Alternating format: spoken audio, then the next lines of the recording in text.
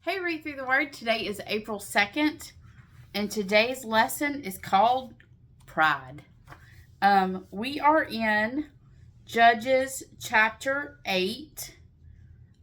We are looking at Gideon today. So I am specifically looking at verses 22 through 27, but I'm going to point out a couple of things that have been showing up in the life of Gideon in our reading today.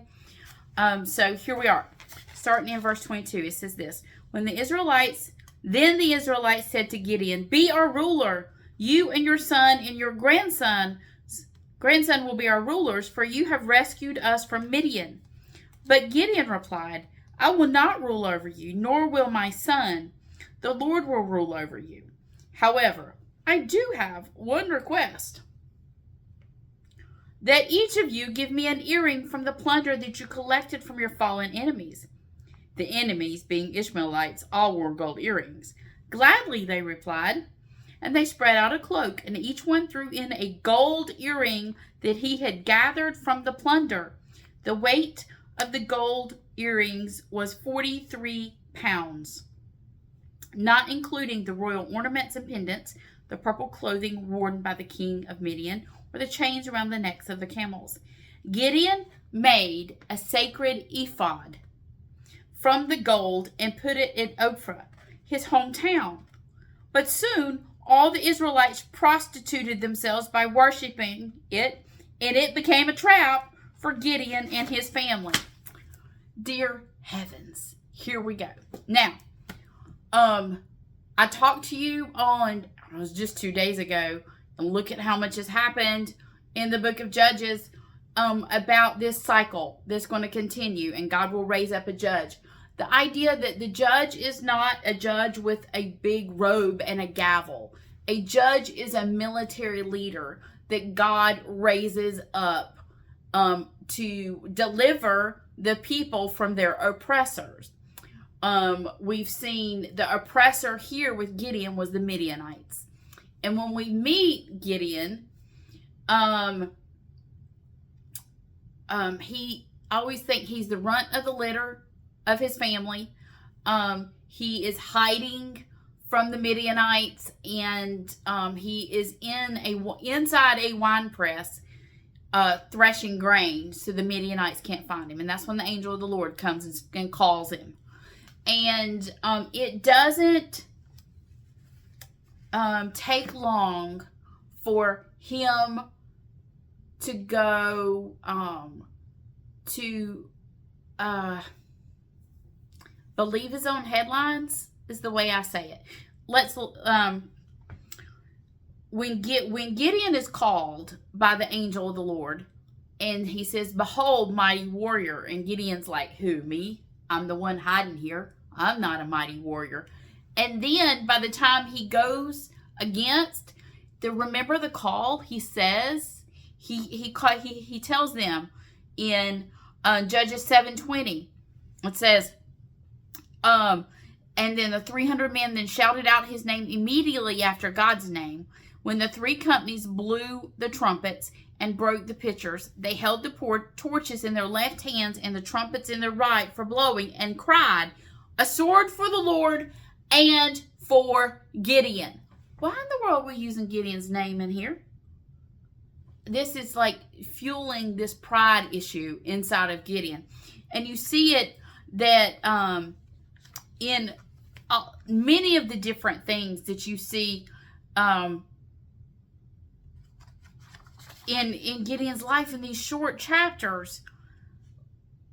But you see right here, remember where I said there was a crisis of identity in the nation? They've forgotten that they are the people of God.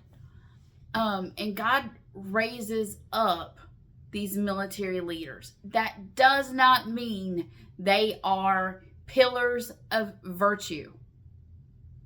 By no means. And what we see is pride becomes Gideon's issue. And we see it as he goes through the battles, and then he does things God never tells him to do, and then he talks out of both sides of his mouth. So what I want to show you is right here, where I just read that the nation desires to make Gideon to be king. And Gideon says, "Oh no, I can't be your king. God is your king. But if you want to bring me your gold, that'd be great." And so he's acting as if he's king, accepting tribute from the plunder of war, and then turns it into an idol. And it's just, then Gideon says, "I don't want to be king." The rest of the chapter, he acts like one. And so we see that his words were humble, but his actions were not. It's always a heart issue. It's always going to be a heart issue then and now. We can act all day long like we're perfect little people. And, "Oh no, I would never do such." But inside we're like, "Gimme, gimme, gimme. I want to be king." He's like, "I want to be king. I'm going to say I don't, but I'm going to act like one. And then I'm going to lead the nation in idolatry." And then his idea, this misguided idea in his head that I am not king, but I'm going to act like one. I'm going to make myself rich off of something God has done. These people say, "Gideon, look what you did for us." And he was like, "Yeah, I did. Bring me some gold." And he does that. And so we see that pride, it tells him, he wants to enrich himself, but